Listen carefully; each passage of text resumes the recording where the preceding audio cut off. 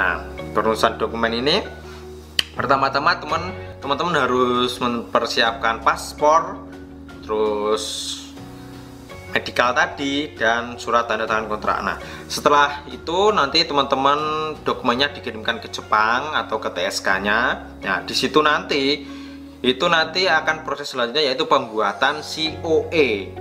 Nah, pemurusan dokumen nanti lanjut ke COE. Nah, setelah CO-nya turun nanti dikembalikan ke kita, dikirimkan ke kita ke Indonesia. Nah, CO ini nanti ditukarkan dengan visa.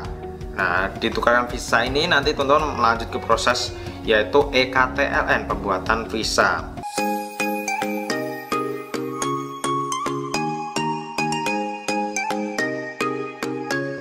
Konnichiwa minasang, selamat datang lagi di channel Edipeni, channelnya Gensuse atau X Magang. Oke, di video kali ini seperti yang di judul video kali ini aku akan membahas tentang prosedur kerja ke Jepang melalui Visa Tokutei Kino atau SSW, singkatan dari Specific Skill Worker. Nah, di sini yang aku jelasin ini prosedur untuk newcomer ya. Dicatat atau diperhatiin ya, untuk newcomer.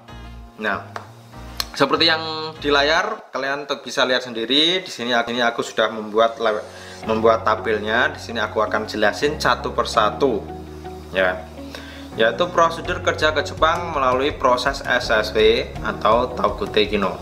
Nah, di sini di prosedur awal teman-teman bisa melakukan pendaftaran, bisa mendaftar ke LPK, terserah mau LPK ataupun tempat belajar bahasa Jepang seperti biasanya, nggak apa-apa. Nah, di LPK ini atau di lembaga les bahasa Jepang ini teman-teman bisa mengikuti pendidikan bahasa Jepang dan skill SSW. Jadi di LPK ini bukan untuk proses kerja ke Jepangnya, tapi untuk belajar bahasa Jepang dan untuk belajar skill SSW-nya. Nah, untuk modul bahasa Jepangnya biasanya nanti teman-teman bisa pakai Minnan Nihongo. Nah, setelah Minnan Nihongo lanjut ke Marugoto.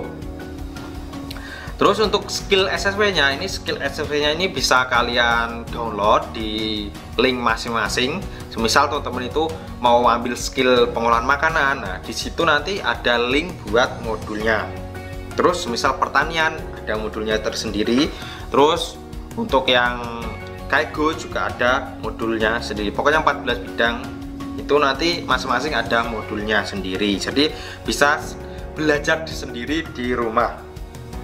Nah, di sini setelah teman-teman selesai melakukan pendidikan di LPK atau lembaga bahasa lainnya, teman-teman bisa langsung ikutan tes. Nah, tes yaitu untuk mendapatkan sertifikat. Karena pada dasarnya untuk ikutan Tokutei Kino itu harus memiliki dua syarat, yaitu sertifikat, istilahnya sertifikat bahasa setingkat L4, N3, N1 juga bisa, atau bisa diganti untuk JFT Basic A2 ya. Nah, setelah semisal nanti teman-teman lulus tes JFT Basic A2, nah teman-teman lanjut ke proses selanjutnya yaitu tes skill SSW. Nah, seperti yang di layar ini, tes skill SSW-nya tergantung sesuai bidang yang dipilih ya. Tergantung teman-teman mau ikut yang pertanian, pengolahan makanan, Kaigo ataupun yang lainnya.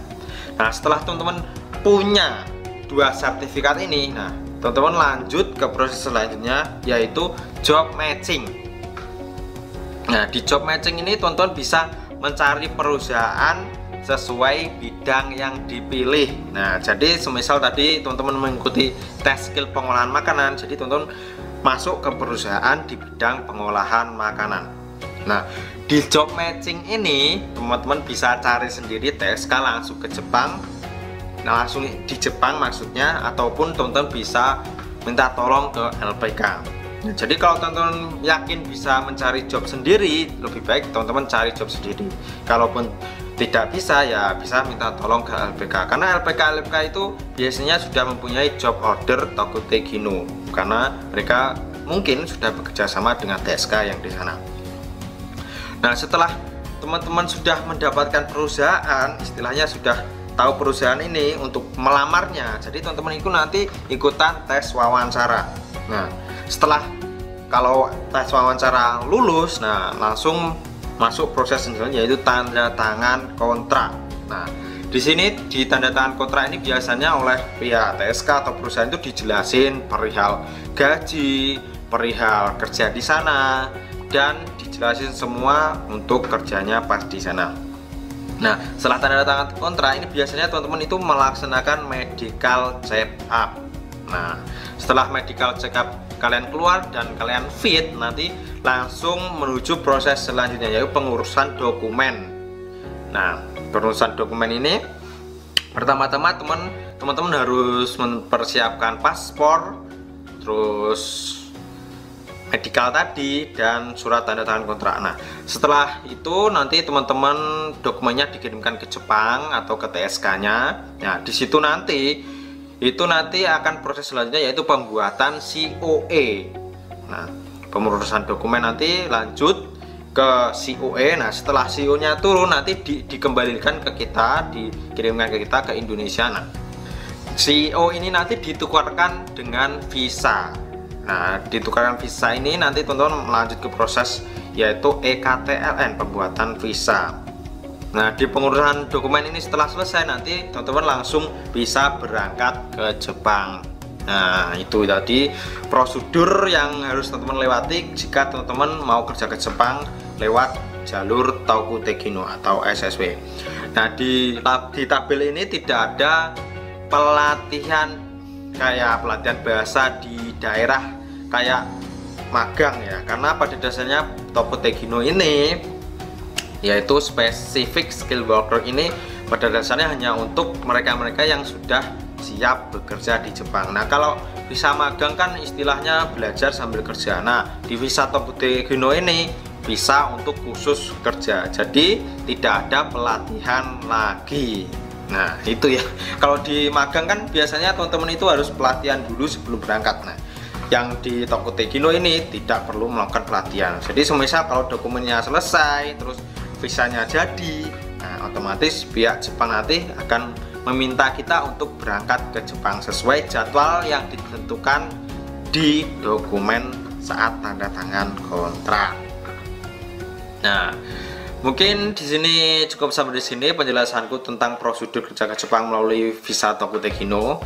Apabila teman-teman ada pertanyaan, silahkan komen di kolom komentar.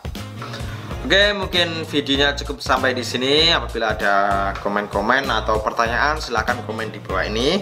Mito kurete arigatou gozaimashita. Jamatane, sampai ketemu di video selanjutnya. Bye bye.